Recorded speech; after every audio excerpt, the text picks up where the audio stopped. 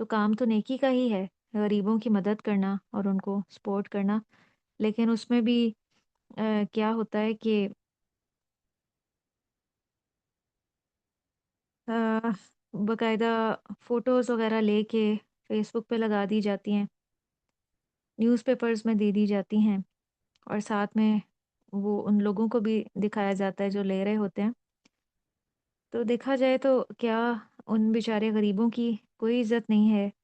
وہ بھوک اور افلاس کے مارے وہ سب کچھ لے لیتے ہیں اور ساتھ میں پھر ذلیل بھی ہوتے ہیں۔ تو زندگی میں کئی موقعوں پہ آپ دیکھ سکتے ہیں کہ مال خرچ کرنے کا مقصد نہ ضرورت ہوتی ہے، نہ خوشی، محض دکھاوا ہوتا ہے اور اپنی بڑائی۔ اسی لیے یہاں پہ یہ فرمایا جا رہا ہے کہ وہ لوگ جو اپنا مال محض دکھاوے کے لیے خرچ کرتے ہیں، یہاں پہ اسپیسیفکلی ان کی بات ہے، اور وہ اللہ اور یوم آخرت پر ایمان نہیں رکھتے۔ تو ایسے لوگوں کی مثال کیسی ہے؟ تلدی اس شخص کی طرح، یونفی کو جو خرچ کرتا ہے مالہ اپنا مال، ریا الناسی لوگوں کو دکھانے کے لیے، ولا یؤمنو اور نہیں وہ ایمان لاتا، باللہ اللہ پر، والیوم الآخر اور آخرت کے دن پر، اسے جو ملنے والی جزا ہے اس کے اوپر یقین ہی نہیں ہوتا، اسی لیے وہ اس خرچ کے ذریعے بھی دنیا کا ہی فائدہ کمانا چاہتا ہے۔ نبی کریم صلی اللہ علیہ وسلم نے فرمایا، قیامت کے دن ایک شخص کو لایا جائے گا جسے اللہ نے ہر قسم کے اموال سے نوازا تھا۔ اللہ تعالیٰ اسے اپنی نعمتیں یاد کرائیں گے جن کا وہ اعتراف کرے گا، پھر اللہ تعالیٰ پوچھیں گے کہ تم نے کیا عمل کیا؟ وہ کہے گا، میں نے ہر اس راہ میں مال خرچ کیا جسے تو پسند کرتا ہے۔ اللہ فرمائے گا کہ تم جھوٹ کہتے ہو، تم نے تو اس لیے خرچ کیا تھا کہ لوگ تمہیں سخی کہیں، اور تمہیں دنیا میں کہا جا چکا۔ تو فرشتوں کو حکم ہوگا کہ اسے گھسیٹتے ہوئے جہنم میں جا جھونکیں۔ تو اس مثال کو بھی اللہ تعالیٰ کمپیئر کر رہے ہیں، جیسے کل ہم نے دانے کی مثال پڑھی تھی، گندم کے دانے کی، تو ریاکار کی مثال بھی یہاں بتائی جا رہی ہے۔ فمثلہ تو اس کی مثال، کمثلی مانند مثال، صفوان چکنے پتھر کے ہے۔ چکنا پتھر وہ ہوتا ہے جو کسی بھی چیز کا اثر قبول نہ کرے، جس پر کچھ بھی اگتا نہ ہو۔ علیہ ترابن جس پر کچھ مٹی اگر پڑ جائے، فاصابہ وابل تو پہنچے اس کو تیز بارش، زوردار بارش، فترکہ تو چھوڑ دے اس کو سلدا صاف۔ تو وہ شخص جو دکھاوے کے لیے اپنا مال خرچ کرتا ہے، یہ اس کی مثال ہے کہ اگر کسی پتھریلی زمین پر کوئی مٹی پڑ بھی جائے، کیونکہ مٹی میں ہی زرخیزی ہوتی ہے نا، اگر کہیں پہ مٹی ہوگی تو یہ اس چیز کے آثار ہوں گے کہ وہاں پہ کچھ گرو کر سکتا ہے، لیکن اگر وہ زمین پتھریلی ہے اور اس پر کچھ مٹی جمع ہو گئی ہے، تو کیا ہے، ایسی زمین اگر کہیں بارش ہو جائے تو وہ ساری مٹی بہہ جاتی ہے، جیسے لینڈ سلائڈنگ ہوتی ہے۔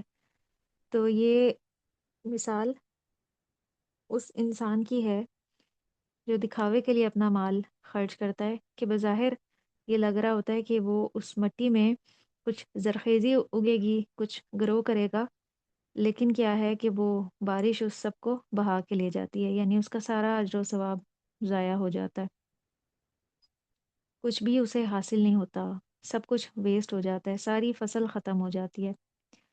تو وقتی طور پہ تو ایسے لوگ بہت خوش ہوتے ہیں جن کی بہت واہ واہ ہوتی ہے، اور تھوڑے دن بعد کیا ہے، سب وہ واہ واہ بھول جاتے ہیں۔ مثلاً ایک شخص نے شادی کے موقع پہ خوب خوب مال لٹایا، تھوڑے دن بعد اگر کسی اور کی شادی ہوئی اور اس نے اس سے بھی بڑھ کے مال لگایا، تو پھر اب کیا ہے، لوگ اس سیکنڈ پرسن کے بارے میں تبصرے کریں گے اور پہلے کو بھول جائیں گے، اس کا نام، شان، مال، اجر سب کچھ گیا، کیونکہ دنیا جو ہے، لوگ جو ہیں وہ ہر چڑھتے سورج کے پجاری ہیں۔ اگر آپ وقتی طور پہ سین سے غائب ہوں تو لوگ دوسرے کسی اور کی طرف متوجہ ہو جائیں گے۔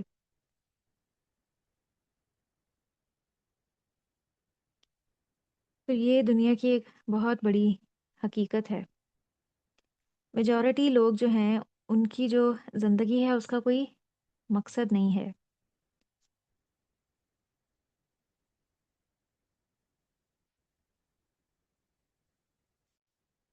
تو ہمارے ہاں یہ جو شادی بیاہ ہے یہ سب سے بڑا ایشو بن گئے ہیں۔ اگر نہیں ہو رہی ہوتی تب بھی پریشانی ہوتی ہے، اور اگر ہو جائیں تو مہینوں اس کی تیاری میں لگاتے ہیں۔ ایک ہنگامہ سا برپا ہوتا ہے جو کہ کئی عرصہ جاری رہتا ہے، یعنی بہت مشکل بنا لیا گیا ہے اس کو۔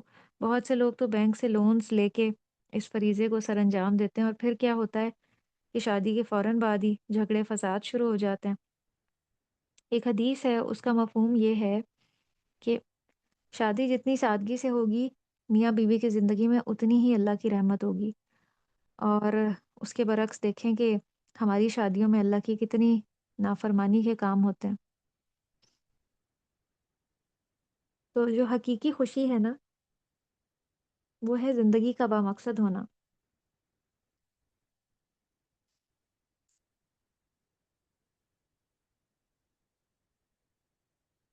لا یقدرون علی شیء، وہ قدرت رکھتے ہوں گے اوپر کسی بھی چیز کے، مما کسبوا، اس میں سے جو انہوں نے کمایا، واللہ، اور اللہ، لا یہدی، نہیں ہدایت دیتا، القوم الکافرین، کافر قوم کو۔ تو ایسے لوگ اپنے نزدیک صدقہ اور خیرات کر کے جو نیکی کماتے ہیں اس میں سے کچھ بھی ان کے ہاتھ نہیں آتا۔ کسبو سے مراد ہے جو انہوں نے محنت کی، کوشش کی یا ایفرٹ لگائی۔ کسبو کے ساتھ آپ لکھ لیں محنت، کوشش اور ایفرٹ۔ تو انہیں کوئی بھی اس کا ریوارڈ نہیں ملتا۔ پھر اگلی آیت ہے وَمَثَلُ الَّذِينَ يُنْفِقُونَ، وہ لوگ جو اپنا مال خرچ کرتے ہیں، اموالہم ابتغاء مرضات اللہ، اللہ کی رضا چاہنے کے لیے، اللہ کی خوشی کے لیے، وَتَثْبِيتًا مِّنْ أَنفُسِهِمْ، اور اپنے نفسوں کی پختگی کے لیے۔ تثبیت جو ہے اس کا مطلب ہوتا ہے مضبوط کرنا، جمانا اور مستحکم کرنا۔ آپ لکھ لیں تثبیتاً، مضبوط کرنا،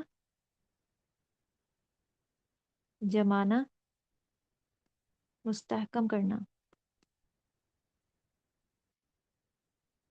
یعنی اپنے نفسوں کو جمانے کے لیے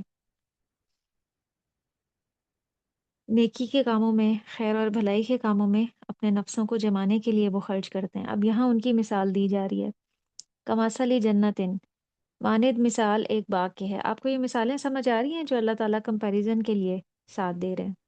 جی تو یہ بھی بڑی زبردست مثال ہے۔ ایک باغ سے تشبیہ دی جا رہی ہے بربواتن، اونچی جگہ پر، اصابہا، پہنچے اس کو، وابلن، تیز بارش، فآتت، تو وہ دے، اکولہا، پھل اپنا، ضعفین، دگنا۔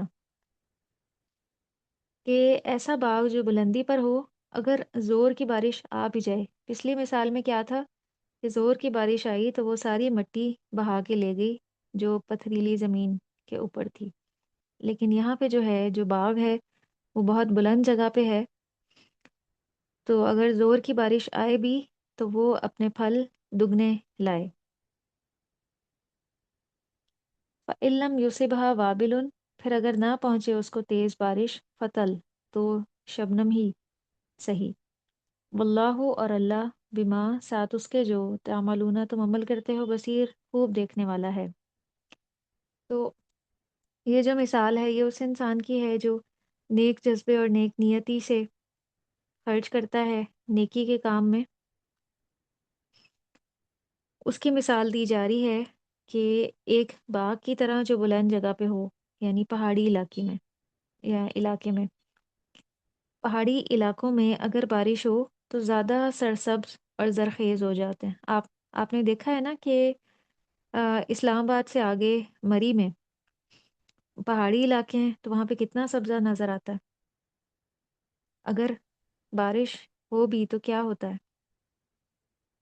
گرینری میں اضافہ ہوتا ہے یا نہیں ہوتا؟ جی ہوتا ہے نا۔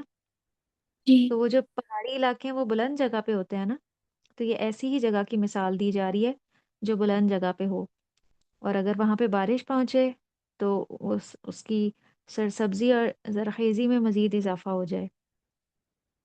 جو مری کے پہاڑ ہیں ان کو آپ اپنے تصور میں لائیے۔ زیادہ بارش ہو تو زیادہ زرخیزی، اور اگر تھوڑی بھی ہو تو وہ بھی بہت کافی ہو جاتی ہے۔ اسی طرح جو انسان نیکی کے جذبے کے ساتھ مال خرچ کرے، اس کا تھوڑا خرچ کیا ہوا بھی بہت سبزہ لائے گا، اللہ تعالیٰ اس کو ڈبل ٹرپل کر دیں گے، اس کے لیے بہت بہار ہوگی، بہت رنگ ہوں گے اس کے لیے، اس میں برکت ہوگی۔ غزوہ تبوک کے موقع پہ حضرت عثمان رضی اللہ عنہ نے 1000 اونٹ مع ساز و سامان کے اور 1000 دینار نقد نبی صلی اللہ علیہ وسلم کو پیش کیا۔ آپ صلی اللہ علیہ وسلم اس سامان پہ ابھی ہاتھ پھیر رہے تھے اور اتنا خوش ہوا کہ فرمایا کہ آج کے بعد عثمان جو بھی کرے اسے کوئی چیز نقصان نہیں پہنچائے گی۔ اور حضرت عبد الرحمن بن عوف نے 4000 درہم اللہ کے راستے میں دیے تھے، اور یہ دونوں مالدار صحابہ میں سے تھے۔ تو اس موقع پہ جو ہے یہ آیت نازل ہوئی تھی کہ ایسے لوگوں کا ریوارڈ کیا ہے۔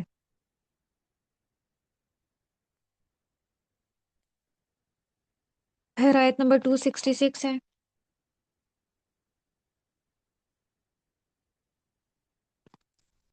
آیا ودو،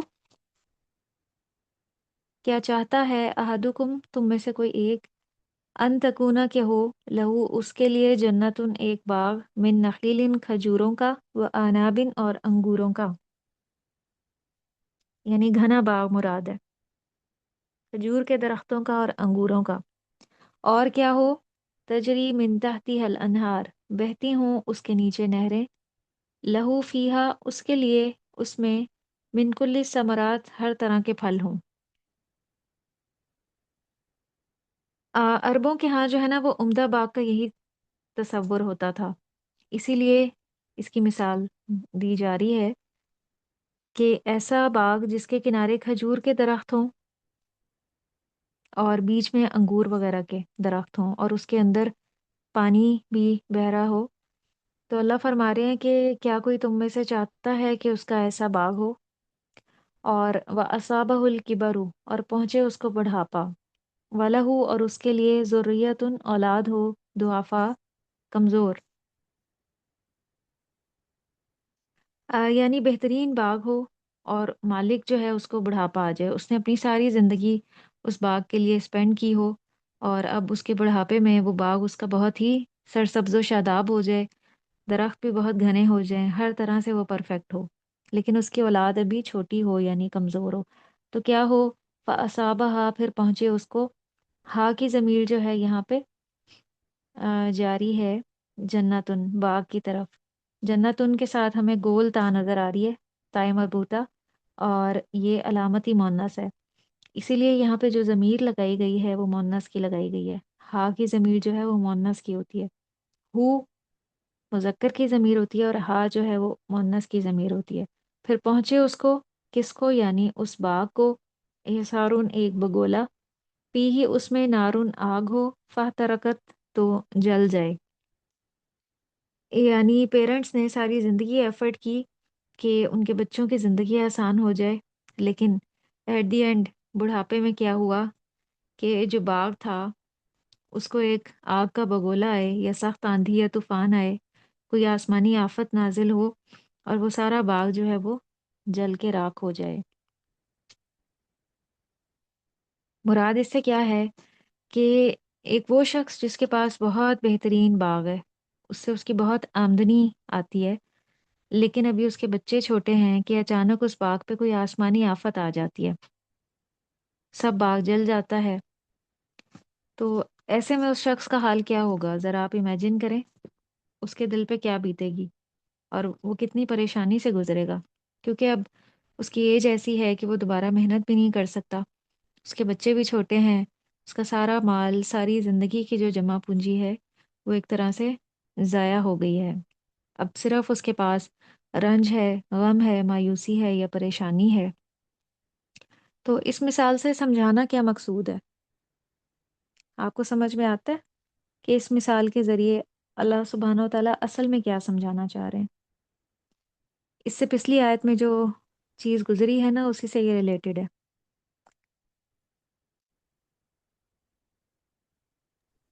اس مثال کو دیکھ کے کچھ سمجھ میں آتا ہے آپ کو کہ اللہ سبحانہ و تعالیٰ کس کی مثال دے رہے ہیں؟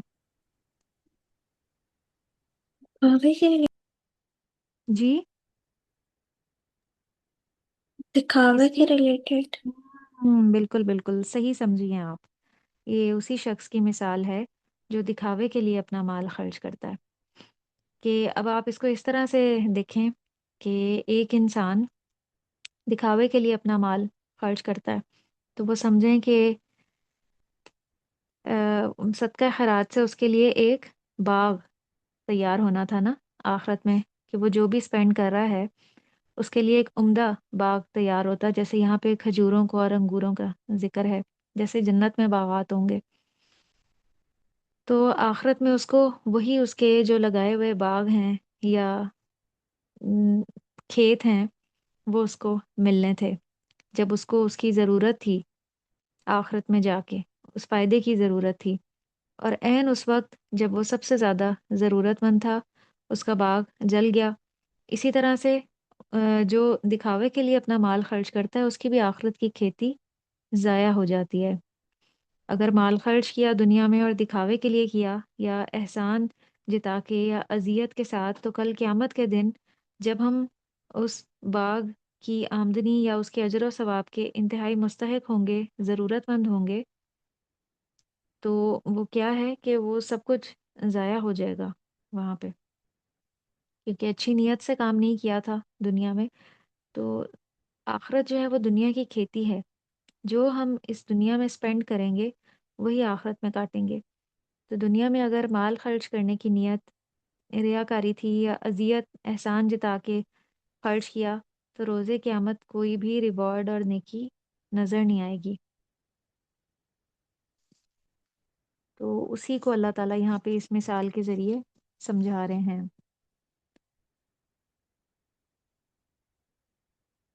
حضرت عمر رضی اللہ عنہ کہتے ہیں کہ یہ ایک مالدار شخص کی مثال ہے جو اللہ کی اطاعت میں کچھ عمل کرتا رہتا ہے، پھر شیطان اس پہ غالب آ جاتا ہے اور وہ گناہوں میں مصروف ہو جاتا ہے، اور پھر اس کے سب نیک اعمال فنا ہو جاتے ہیں یا ضائع ہو جاتے ہیں.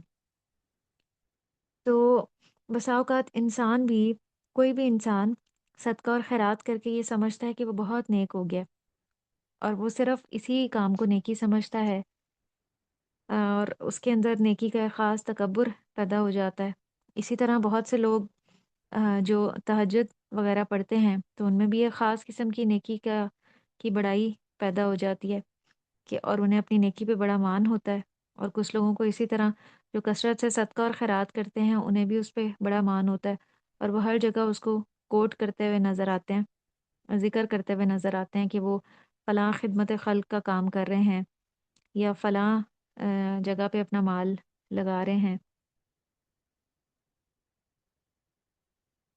تو اب ایک شخص بظاہر تو بہت اچھا کام کر رہا ہے، لیکن اس نیکی کے غرور میں آ کر وہ اپنی نیکی کو ضائع کر بیٹھتا ہے. اسی طرح جو ہے، اسی لیے کہا گیا ہے کہ تکبر جو ہے نا وہ نیک اعمال کو ضائع کر دیتا ہے، کیونکہ انسان خوش فہمی میں مبتلا ہو جاتا ہے کہ میں بہت نیک ہو چکا ہوں، اب مجھے کوئی گناہ نقصان نہیں دیکھ سکتا، تو پھر وہ غافل ہو جاتا ہے.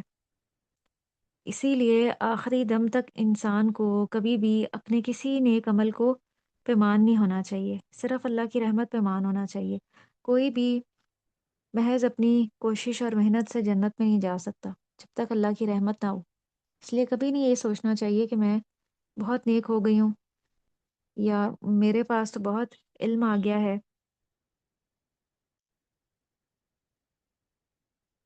اور ایسا عام طور پہ تب ہوتا ہے جب کوئی بھی شخص کوئی اچھا کام کر رہا ہوتا ہے، نیکی کا کام کر رہا ہوتا ہے، اور لوگ اس کی بہت تعریف کرنے لگتے ہیں نا، کیونکہ جو اچھا انسان ہوتا ہے اس کی لوگ تعریف کرتے ہیں یا نہیں کرتے. آپ بتائیں کہ دو شخص ہیں، اس میں سے ایک کا اخلاق بہت اچھا ہے، ایک سب کے ساتھ بہت اچھے طریقے سے بات کرتا ہے، سب کی ہیلپ کرتا ہے، سب کے کام سنوارتا ہے، اور دوسری طرف ایک وہ انسان ہے جس کا اخلاق اچھا نہیں ہے، بول اچھا نہیں ہے، وہ لڑائی جھگڑے پہ اتر آتا ہے، کسی کی مدد بھی نہیں کرتا، یا اس میں اور بھی اخلاقی لحاظ سے کچھ ڈرا بیکس ہیں. تو آپ بتائیں دونوں میں سے کون شخص لوگوں کی نظر میں اچھا ہوگا، یا لوگ کس کی تعریف کریں گے؟ اخلاق بہتر ہوگا. ہاں، جس کا اخلاق اچھا ہوگا، جو لوگوں کے ساتھ اچھا معاملہ کرتا ہوگا، اچھی طرح سے پیش آتا ہوگا۔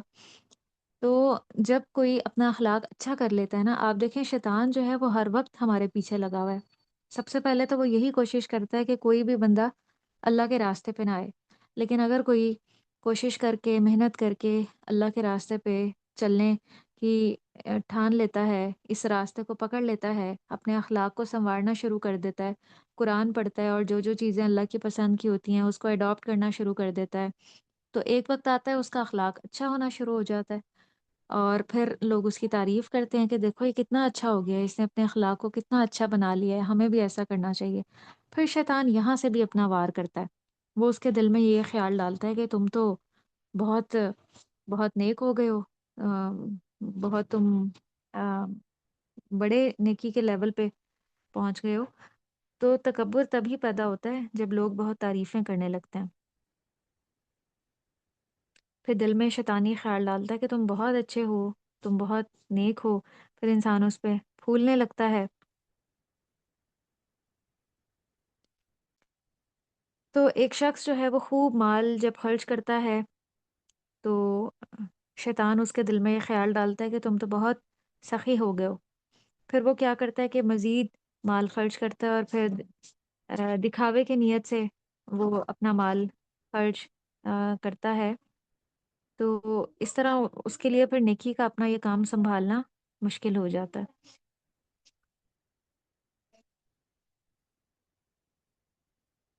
تو حقیقی نیکی وہ ہوتی ہے جو خدا ترسی کے جذبے سے کی ہو، اس اس سے نہ ہو کہ کوئی میری تعریف کرے۔ تو جب تک کوئی اس سے بے نیاز نہیں ہو جاتا نا، یعنی لوگوں کی تعریف سے، اس وقت تک نیکی کو سنبھالنا بہت مشکل ہے۔ اس کا مطلب یہ ہے کہ ابھی تک ہم امیچور ہیں۔ اگر ہم کوئی بھی نیکی کا کام کر کے تعریف یا اپریسیشن چاہتے ہیں کہ پیرنٹس ہماری اپریسیشن کریں، اگر ہمیں نیکی کے کام پہ اپریسیشن نہیں مل رہی تو ہم اس کو چھوڑ کے بیٹھ جائیں، نہیں، اس طرح جو ہے نا وہ عمل ضائع ہو جاتا ہے۔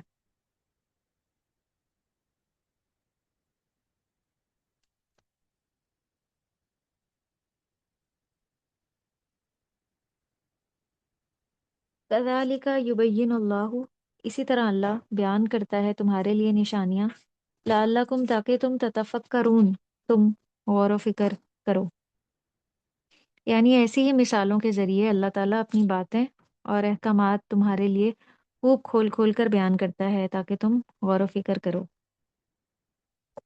تو یہ ساری باتیں اللہ تعالیٰ نے ہمیں کیوں بتائیں؟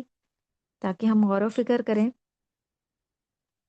کس چیز میں؟ اپنے رویوں میں، اپنے طرز عمل پر، کہ ہمیں کیا کرنا چاہیے اور کیا نہیں کرنا چاہیے، اور یہ کہ ہم کیا کر رہے ہیں، اور یہ کہ ہمیں کیا ہونا چاہیے تھا، اور ہم کیسے بنے ہوئے ہیں۔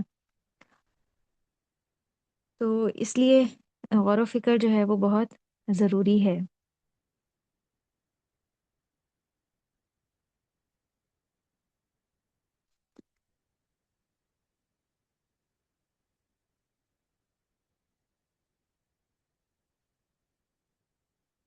ایک موقع پہ نبی کریم صلی اللہ علیہ وسلم نے فرمایا تھا اور قسم کھا کر فرمایا تھا کہ صدقہ دینے سے مال کم نہیں ہوتا۔ اگر انسان اللہ کی راہ میں ایک دیتا ہے نا تو اللہ تعالیٰ اس کو کئی گنا بڑھا دیتے ہیں، اور وہ دنیا میں بھی ملتا ہے۔ یعنی ایسا نہیں ہے کہ اگر کوئی اللہ کے راستے میں خرچ کرتا ہے تو اس کا ریوارڈ 100 گنا یا 700 گنا اس کو آخرت میں ہی ملے گا، بلکہ دنیا میں بھی صدقہ کرنے کے بہت فائدے ہوتے ہیں۔ بسا اوقات اس کے ذریعے کوئی مصیبت ٹال دی جاتی ہے، کوئی پریشانی دور کر دی جاتی ہے، کوئی تکلیف دور کر دی جاتی ہے، کوئی مشکل آسان ہو جاتی ہے، آ، کوئی آفت ٹل جاتی ہے جو انسان پہ نازل ہونے والی تھی، تو یہ بھی کیا ہے، ایک دنیا میں ریوارڈ ہے اس کے لیے صدقہ کرنے کا۔ ہم سب کو صدقہ کرنے کی عادت ڈالنی چاہیے، اگر بڑی سے بڑی رقم نہ بھی دے سکیں تو چھوٹی رقم جتنی کسی کو میسر ہو، جیسا کہ میں نے آپ کو کل بھی بتایا تھا، ہمیں ایک باکس بنا لینا چاہیے اور حسب توفیق ہم اس میں ڈالتے رہیں، تھوڑی تھوڑی اماؤنٹ، جتنی بھی ہمیں پاکٹ منی ملے اس میں سے کچھ اماؤنٹ ہم اس میں ڈالتے رہیں۔ پھر جب کچھ اماؤنٹ کلیکٹ ہو جائے تو کسی ضرورت مند کو اپنے قریب میں ہی ہم وہ اس کو دے دیں. اس سے یہ ہے کہ دنیاوی طور پہ بھی برکت حاصل ہوگی اور بہت سے کام آسان ہوں گے. جیسے کوئی مشکل ہمیں درپیش ہے، ایگزامز ہونے والے ہیں، ہم چاہتے ہیں کہ ایگزامز اچھے ہو جائیں، پیپرز اچھے ہو جائیں، تو اس سے پہلے بھی ہمیں صدقہ کرنا چاہیے، اور یہ چیز آخرت کے اعتبار سے بھی بہت فائدہ مند ہے، اللہ کی رضامندی کا راستہ ہے. جی یہاں تک آپ کو کلیئر ہے؟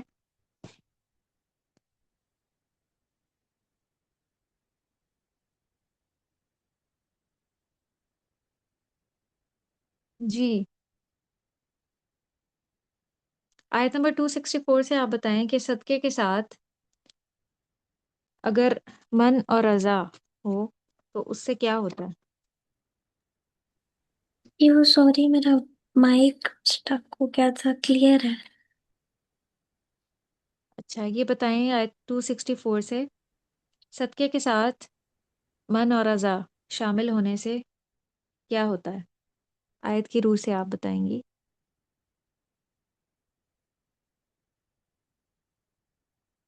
یہ آیت شروع ہو رہی ہے نا، لا تبطلوا صدقاتکم، اپنے صدقات کو ضائع نہ کرو. تو اس سے کیا پتہ چل رہا ہے کہ صدقے کے ساتھ من اور رضا شامل ہونے سے صدقہ کیا ہوتا ہے؟ ضائع ہو جاتا. ضائع ہو جاتا ہے. اور ایک حدیث سے یہ بھی پتہ چلتا ہے کہ ریاکاری جو ہے نا وہ شرک خفی ہے. شرک خفی، ایک تو شرک اکبر ہوتا ہے نا اللہ کے ساتھ کسی کو شریک ٹھہرانا، اور ایک شرک خفی ہوتا ہے کہ دل میں کسی کو اللہ کے ساتھ شریک ٹھہرا دینا. جیسے دل میں کوئی بھی نیکی کا کام کرنے کی نیت ہے، لیکن ساتھ لوگوں کو بھی شامل کر لیا جائے کہ جیسے واہ واہ تو لوگوں سے ہی چاہی جاتی ہے نا، تعریف بھی لوگوں سے ہی چاہی جاتی ہے، مقام اور مرتبہ، عزت اور شہرت، تو یہ ساری چیزیں جو ہیں وہ پھر شرک خفی میں آ جاتی ہیں. تو ریاکاری شرک خفی ہے، مخفی شرک ہے، جو صرف ریلیونٹ پرسن کو ہی پتہ ہوتا ہے، جس کے دل میں یہ ہو.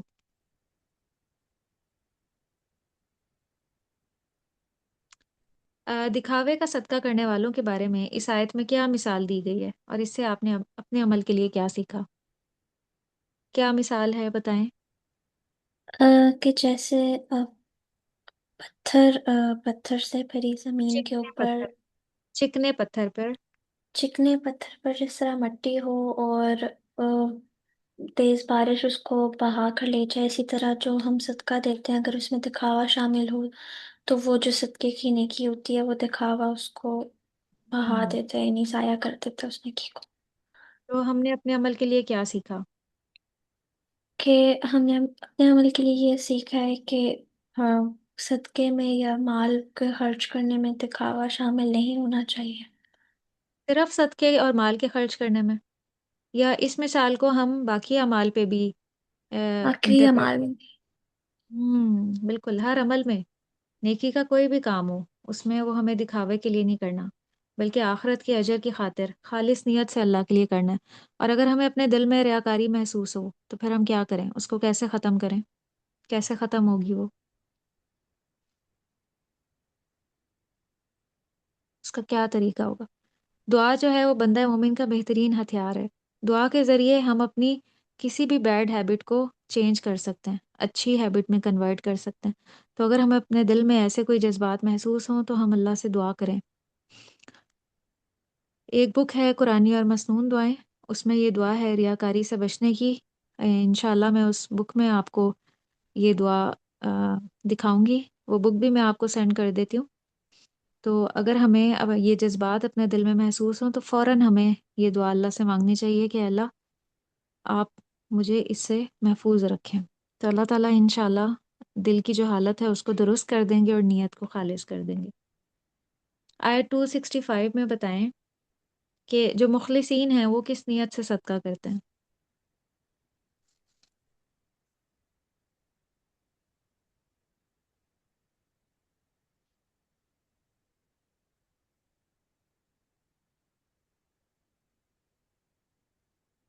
جی آیت 265، جو اللہ کے مخلص بندے ہیں وہ کس نیت سے صدقہ کرتے ہیں؟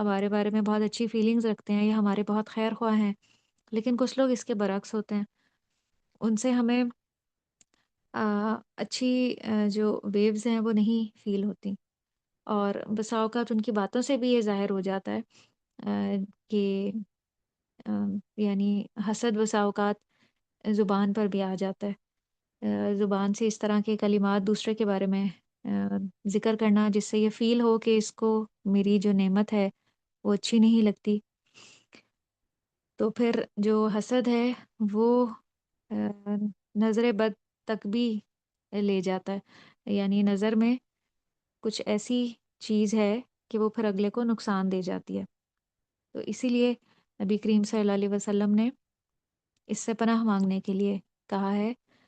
آم، جو انسان اپنا یہ دعائیں پڑھنے کا معمول بنا لیتا ہے وہ پھر نظر بد سے بھی محفوظ رہتا ہے۔ معوذتین کا بھی ذکر ہوا پیچھے، تو معوذتین پڑھنے سے بھی سورہ فلق اور سورہ ناس پڑھنے سے اور سورہ اخلاص پڑھنے سے نظر بد سے انسان محفوظ رہتا ہے، تو ہمیں اس کی عادت بنانی ہے، اور اگر ہمیں اپنے دل میں کسی کے لیے حسد کے جذبات محسوس ہوں تو اس میں بھی پھر اللہ سے دعا کرنی چاہیے کہ اللہ میرے دل کو آپ صاف کر دیں، میرے دل کا تزکیہ کر دیں، اور میرے دل سے یہ جو نیگیٹو تھاٹ ہے اس کو آپ دور فرما دیں، اور مجھے اپنے فضل سے آپ نعمتیں عطا فرمائیں، یعنی وہ نعمت جو دوسرے کے پاس ہے ہم اس کے لیے بھی دعا کریں کہ اللہ تعالیٰ اس کو مزید اس میں برکت دیں، اور اپنے لیے بھی دعا کریں کہ اللہ مجھے بھی آپ اپنے فضل سے نوازیں اور مجھے بھی یہ نعمت دیں جو آپ نے اس کو دی ہے۔ اگر اللہ تعالیٰ اس کو دینے پہ قادر ہیں تو ہمیں دینے پہ بھی قادر ہیں، تو اللہ سے اس کا فضل مانگنا چاہیے۔ جتنے بھی خزانے ہیں، کل بھی ہم نے پڑھا تھا،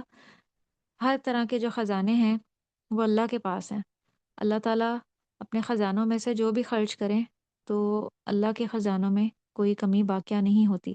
ہم خرچ کرتے ہیں، ہمارے ہاتھ خالی ہو جاتے ہیں، لیکن اللہ کی کتنی مخلوق ہے، سمندر میں کتنی مچھلیاں ہیں، کتنی جاندار مخلوق ہے، کتنے جانور ہیں، کتنے انسان ہیں، اللہ تعالیٰ سب کو کھلا رہے ہیں، سب کی ضروریات پوری کر رہے ہیں، ہمیں اللہ سے اس کا فضل مانگتے رہنا چاہیے۔